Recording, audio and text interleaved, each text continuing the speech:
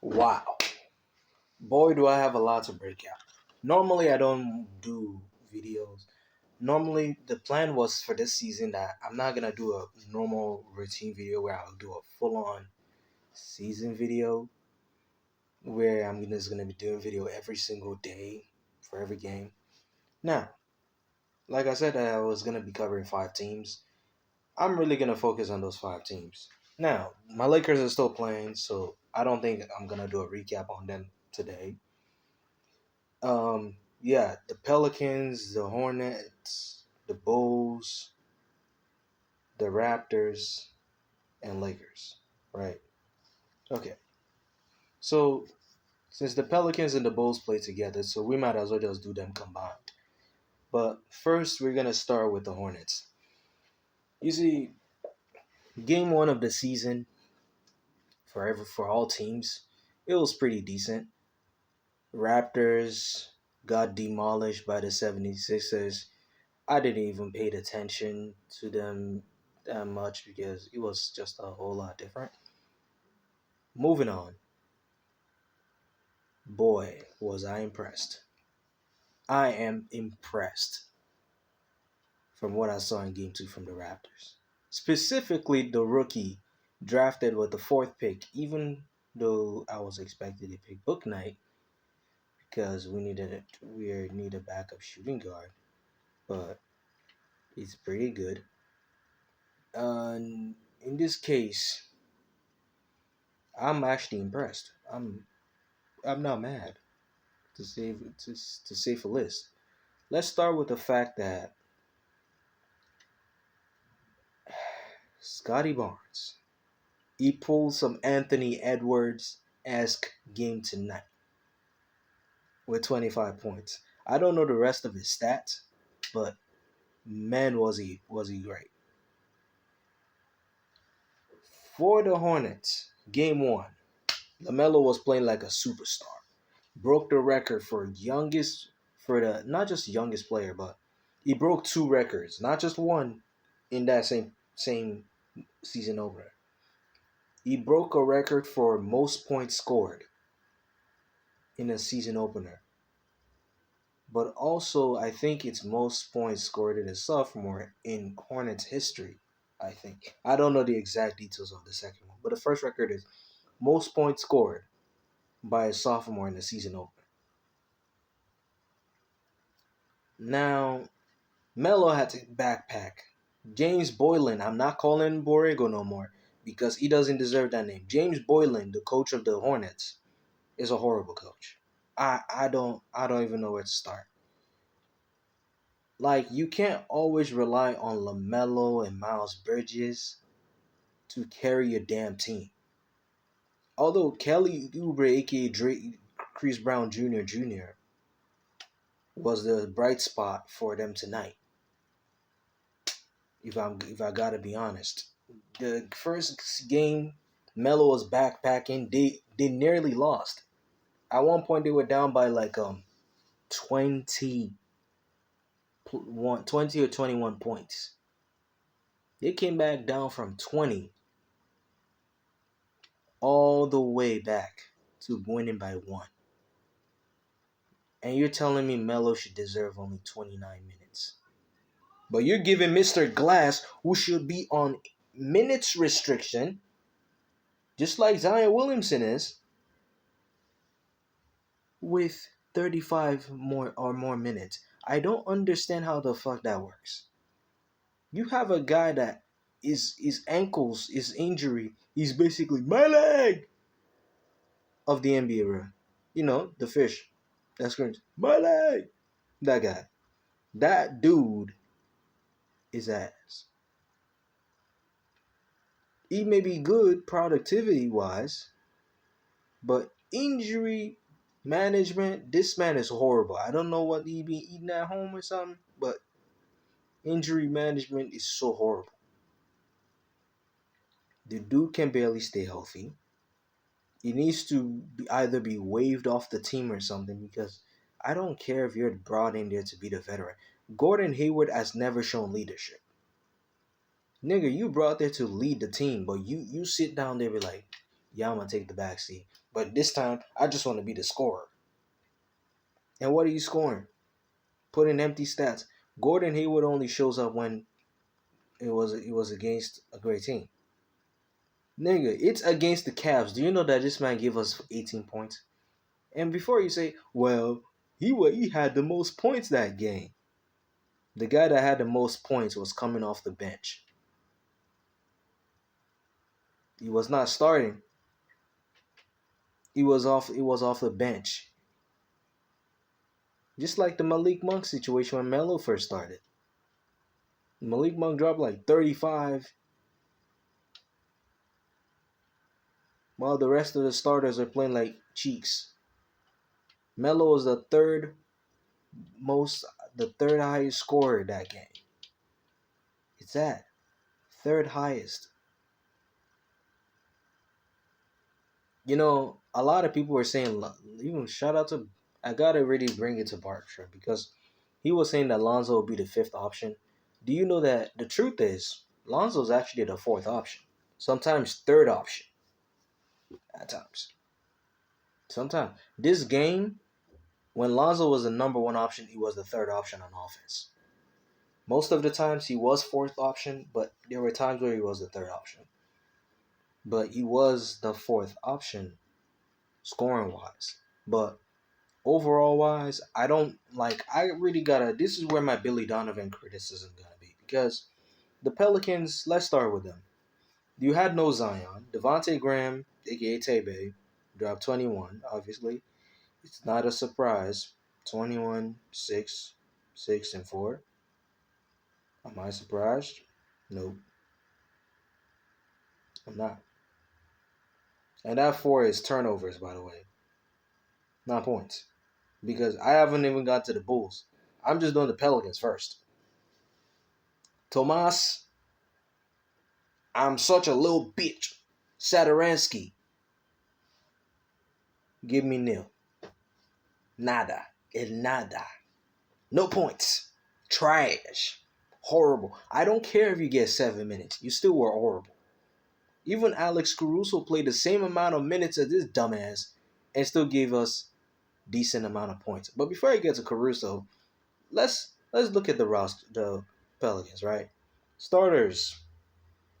Devontae Graham was the second highest scorer, or even the highest scorer. Brandon Ingram was the second highest scorer. Then the rest of the team just as follows. But Devontae is the second player on that team that I know for sure dropped 20 or more. The rest I don't know about. Now, I'm not mad at the way things are. I'm not super stoked. Yeah, they got an L. They got smacked. They got waxed out the court. I'm not surprised. The Pelicans announcers, they all should be fired. I'm sorry, you're horrible. I just decided not to watch the game no more because of how boring they are, bro. And if not that my stream that I used to use on my computer to watch the game was not acting up, I'll be watching the rest of it. But I'm happy that it acted up at the right moment because I do not want to watch those boring ass reporters. Dead ass. They suck. I was literally sleepy the whole time watching that shit show of commentary. I'm not even a commentator to understand how commentary is. You see, that's like you talking to some boy over here, be like, yeah, it's, 1-on-one, be like, yeah. That's like these guys are announcing like it's two boys, two friends having a one-on-one talk. Like, a boy just met a girl, like, do you want to, chit chat with the boys? That's how they announce a game. You don't announce a game like you're talking to your friends in the library or something. It's a game. Show up. Your attitude, show up. For the love of God. Show up. You guys took the energy. I wish that it was actually Bulls announcers that were announcing the game. To be honest, because Bulls announcers do a far better job than the Hornets announcers.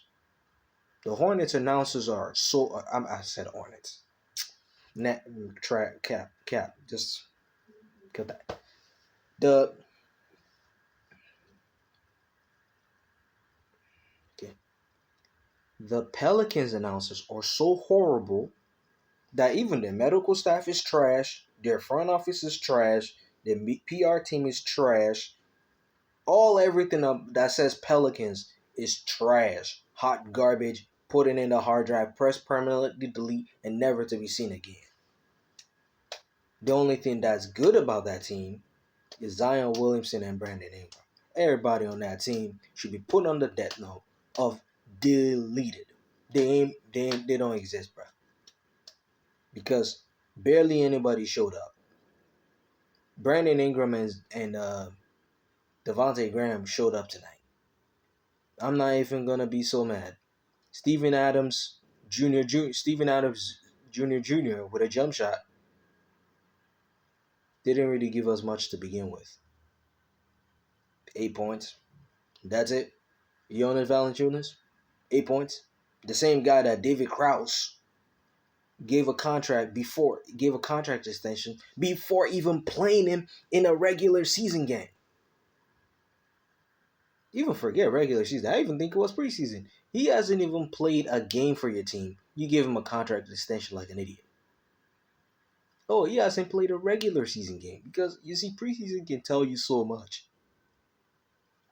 Homeboy has not even played a regular season game, bro. And this is what you're gonna give me? This shit show of a situation? And then you wonder why people don't really care about the damn analyst or nonsense that you see. And to make matters worse, their reporters weren't helping either because they're so boring to watch that I was feeling asleep just watching them. It's a snooze fest. Charlotte can be a snooze fest for me, but it's not a problem because I have no problem with Charlotte media.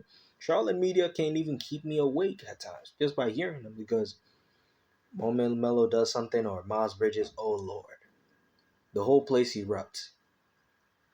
But the moment you see Zion does something, it's like it's just the Pelicans announcers and their gameplay is like watching a bunch of high school kids play in a YMCA center. Except for these high school kids are literally college kids. It's like you put a bunch of college kids in a YMCA center. Now you get them announcers. Now say announcers to announce their game. You wouldn't even the WNBA as a whole is more entertaining than the damn Pelicans. And even though I clown on the WNBA and how crazy they can be, the only thing that's hurting the WNBA is not revenue, it's not all that. It's only the lack of adaptability and responsibility as a whole. Because their ads alone tells us that they will never be great if they don't improve and adapt to the times. You have your center still going and being in the paint doing all this stuff, and they can't do shit. But all in all, Pelicans fix their shit. David Krause got to be fired. James Boylan needs to be fired because this game was almost a shit show. If not for LaMelo Bricky Oubre, I'm not even gonna call him Bricky Oubre tonight because he played like he is really Kelly Oubre, but I'm gonna call him Chris Brown Jr. because that's his real nickname. Chris Brown Jr. hooped tonight, so I'm not even gonna be mad. So, what's the point of this video? The point of this video is this. The point is that if you look at it, each teams were doing great, right? Now, speaking of great, let's move on to the team that stole the show tonight. The Chicago Bulls. What a blowout. Even though it's against the weak ass Pelicans, the worst team in the NBA, and the second worst being the Sacramento Kings. Damn. Are you kidding me? First off, I gotta forget the highest score. I'm gonna talk about the positives. You see, although I don't want to start, I want to leave the standing ovation for the last man standing, then get to the first half. Reserves.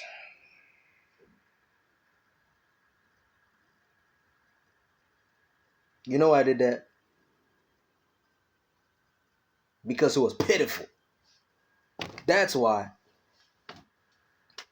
Caruso, you gave me 9 points. Pretty solid.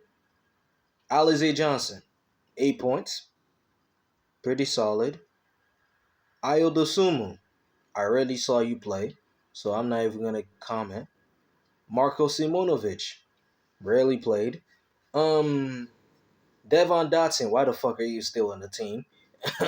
Matt Thomas. Nigga, I see why the Raptors kicked your ass out, but I don't know why you're here, bro. Now to the starters. Although I love to go by position, but let me go from the lowest point scorer on the starters to the highest. At my lowest score, I have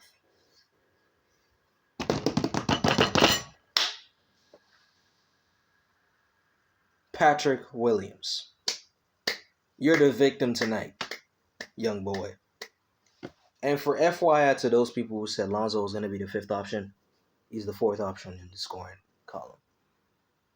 You know who actually made me realize that?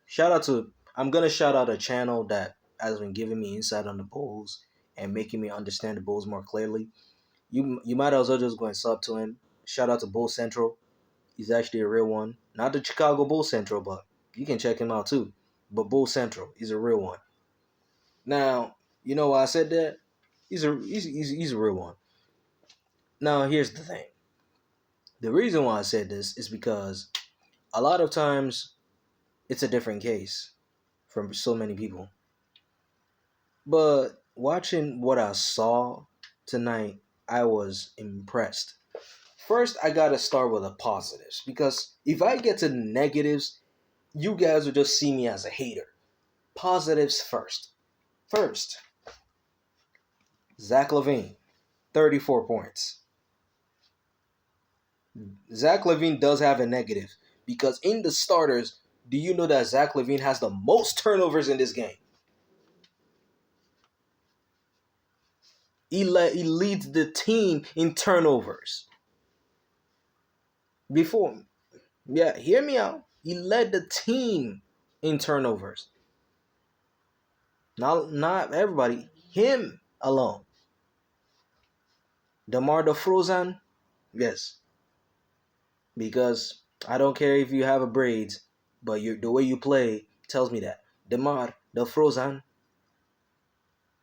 good lord. So to my second, so Patrick Williams being the fifth option, I'm not really so worried. He got me 6 points, 6 to 8 points. I'm not mad. Solid work, Patrick. Good job. You got a few rebounds. You got a few blocks and stuff. So I'm not even gonna be mad at you, bro. You're the fifth option. That's what you gotta be there for. Be gritty, get the boards, get everything set up. Pass to Lonzo, let him facilitate the offense. Everything is solid. I'm actually happy with the way things are. Moving on. Good lord. Moving on, because before the timer runs out.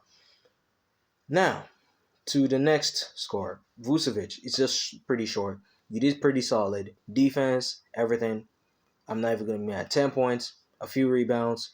You actually had a double-double tonight, I think. So I'm not even going to be mad at you. So, great work, Vucevic. You got to get a clap, too. You got to get a standing ovation. I'm not even going to be mad at you, brother. Now, to my third highest in points, because I already dealt with Zach LaVine. Zach LaVine has the most points because Even though Zach LaVine is the player of the game, Zach LaVine is not the highlight of the game. That's why I have to save the highlight of the game last. Hear me out. Javonte Green, I even forgot that he did pretty solid bench unit. That's why the Bulls bench was just shaky. The Hornets bench was even atrocious, but I know that's why I just skipped them. So the Bulls bench, pretty solid. Starters, I already know Vucevic, DeFrozen, who gave me 10 points. I mean, damn. DeRozan had the third highest points this game. Actually, I lied. Gave me 26. My bad. DeRozan gave me 26. It was the second highest point scorer this game. Zach LaVine gave me 34. Because I'm still going to get jump on the negatives, but first the positives. Now for the highlight of the game. Lonzo ZO2 Ball. Yes. Even though he's not the player of the game, he's the highlight of the game. And here's why. 17 points, 10 rebounds, 10 assists, making his name in the NBA record books again for being a guy that records a triple-double in his first home game or within 3 teams. Recording a triple-double in 4 seasons for 3 teams, recording a triple-double. This man gave us a 17-point triple-double classic. I'm not even going to be mad. I'm actually impressed. Kudos to Lonzo Ball, man. Kudos to you, brother. You deserve every single love and flowers coming at you, brother. That's all I got to say. Kudos to you, brother. You know, there's nothing I can say before I even get to why Lonzo's the highlight of the game. Forget the triple-double, bro. It's not. Lonzo was so good on offense and defense. 3 steals, 1 block. But the most surprising thing, Lonzo did not turn the ball over at all. In 35 minutes played. That is amazing. Am I going to look at it and be like, this is a great thing? 35 points. 35 minutes, my bad. 35 minutes. In 35 minutes, 0 turnovers. That's just amazing. That's just phenomenal. That's why I said Lonzo's the highlight of the game is because of his triple doubles, putting his name in the record books. Before he was the books of the youngest players to ever record a triple double, and him and his brothers being the only 2 brothers in NBA history, by the way, to be youngest players to ever record a triple double within just 2 seasons apart. But that's not in the NBA. That's not what NBA records, right? But Lonzo has made history tonight. He made history. The youngest player to ever record a triple-double for 3 teams straight is Lonzo Ball. Congratulations. Now, I'm going to finalize this by talking about the negatives because everything was so great. There was a lot of ball movement. There was a lot of flow. But here's my issue. There was too much of DeRozan trying to run everything, which he's not good at. DeRozan does not want to run everything. That's a thing. And I'm not going to say it's the coach's fault. Some of it is the players. Or even 90% of it. The issue I have here, I don't want to blame Billy Donovan, but here's my criticism here. Okay. Billy, you did a great job with this team, but here's my problem you didn't do. Why is LaVine doing post-entry passes? I don't understand. Every time LaVine does a post-entry pass, it's an automatic turnover. He's not good at it. You have an expert at post entry passes. Let him feed the ball to Vucevic and Lonzo Ball. Lonzo has had experience playing with slower big men. He played with Brook Lopez. He played with Zion Williamson and Steven Adams. Even though Zion is a little faster, he played with back-to-basket big men that knows their game. He played with those guys. You gonna tell me that you should sit Lonzo aside and say, okay, LaVine, why don't you be the playmaker? Since when the last time I ever saw LaVine play point guard was in Minnesota. I'm sorry. He's not a point guard. He has point guard skills, but LaVine is not a post passer. He's horrible at it. You see, every point guard have a skill. I've started to understand. If you can't run a pick and roll, it's not good for you as a point guard. Lonzo can run a pick and roll. You just can choose to not to. But LaVine is like the biggest negative I have for the Bulls is, for the love of God, Billy. Whenever you're calling the plays, do not call a play for LaVine to do a post entry pass.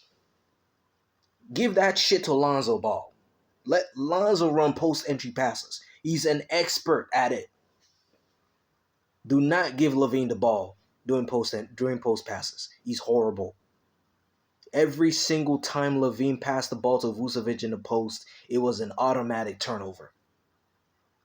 It's either Colin Sexton or freaking Jared Allen got the hand on the ball before Vucevic can even get into space. And it disrupts the offense. I'm not even a basketball player, bro. I may not have played basketball, but I play team sport to understand how team sports work. In team sports, in a team setting, you should understand that, because one thing I've learned about basketball when it comes to the post, if a guy is good at feeding a guy in the post, let him do that job. See, Lonzo in LA, New Orleans, knows how to feed back to basket big man that can stretch the floor a little bit. He is done with Zion. He has done with Jackson Hayes. He has done with it. So many. I mean, I'm not even gonna say so many because he's only in year 5 now. So he's done it with big men that are not the fastest on the court. So you're gonna tell me that a guy that's good at feeding post players can't do that job, and you're gonna give it to Zach LaVine because he's the franchise fucking player? And Zach LaVine out here coughing up the ball, being like, yeah, every time. And before you blame Vucevic and be like, Vucevic could have catch the ball. How is Vucevic gonna catch the ball when LaVine always throws the ball to the passing lane, where the defender can easily reach for it? All the defender just needs to do is just stretch his arm, boom. I remember watching one play on this stream that I literally was watching the game live. I literally watched LaVine pass the ball and to Vucevic, even though the ball had gotten there. Do you know that the ball was already intercepted? Luckily, that play went out of bounds. But there was another one that resulted in an automatic points for the damn Pelicans, bro. You gonna tell me that Zach LaVine is a post passer? He's not that guy, dog. LaVine his whole life have never played point guard until college, bro. He has never played point guard. In high school, he was a shooting guard. You can ask his high school coach. I watched a video at one point when they were interviewing LaVine's coach. He was never a point guard. He's a shooting guard. You gonna tell me LaVine's a point guard? He's not a point guard, bro. LaVine is not made to be the main facilitator. Yes, he can be at times, but You can't always ask Levine to do what Lonzo's great at in post entry passes. Give that shit to the It's kind of like with baseball. You have a designated hitter. You give the designated hitter the job to be designated to the job. In every sport, there's always a player that plays a specific role. Give that guy that job. Don't give a guy that's not good at it, that's horrible at it, that job because he's the guy on the team. You're ruining your own team by doing that. Like Billy Donovan, you coach college. What the fuck are you doing? Even though I can be mad at Billy Donovan for doing that, Billy Donovan, please do, for the love of God, whenever Vucevic is in the post, feed Lonzo the ball. Let him handle that. Lonzo knows how to feed big men that can stretch the floor and that are not the fastest on their feet. He also knows how to feed fast big men, but he also knows how to feed slower big men. So you're gonna tell me that you should feed a guy like Vucevic and say, you know what, Levine, why don't you let Vucevic pass to Vucevic in the post? Vucevic out here pulling a play from Marcus Smart. Yeah, my hands. Catch the damn ball, dummy. And before people be like, oh, Vucevic could have catch the ball. There was a play where Vucevic did cough up the ball from a post entry pass. There was a time like that. We're not going to hide that, but most of the turnovers from Levine, at least 80 to 90% of Levine's turnovers were from post entry passes. I'm not kidding you. 80 to 90% of all of Levine's turnovers. Because yes, the guy with the most turnovers on the Bulls was Zach LaVine. If you can go and check the box score, LaVine had the most turnovers. A lot of us, we get blinded by the score or plus and minus. Plus and minus can be fucking stupid at times.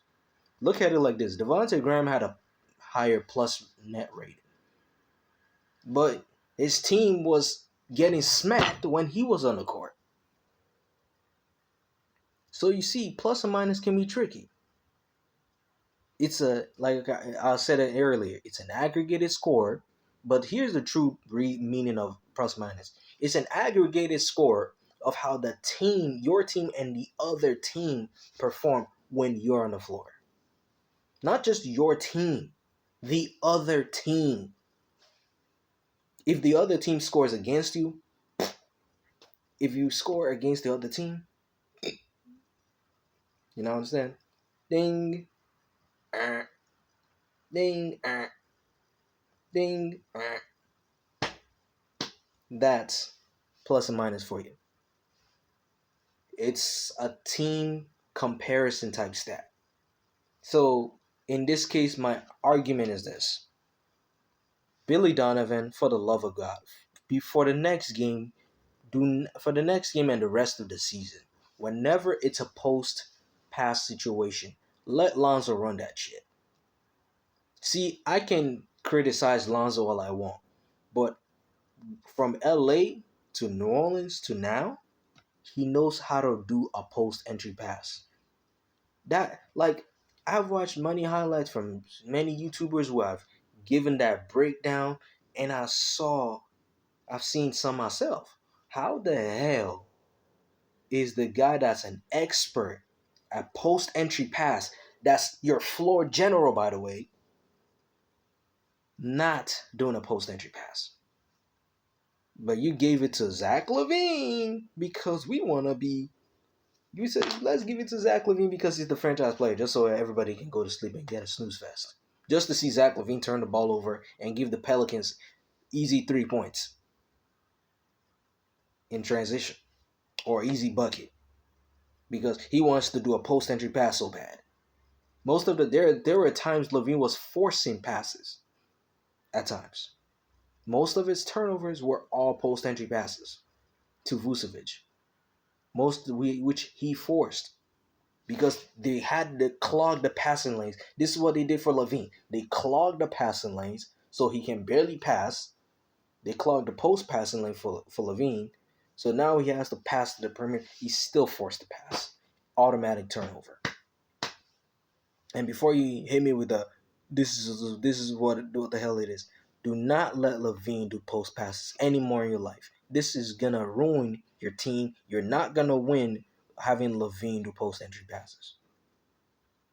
He's not built. He's not that type of point guard. Lonzo's that type of point guard. Let him do that. Let Lonzo run post passes, please, for the love of God.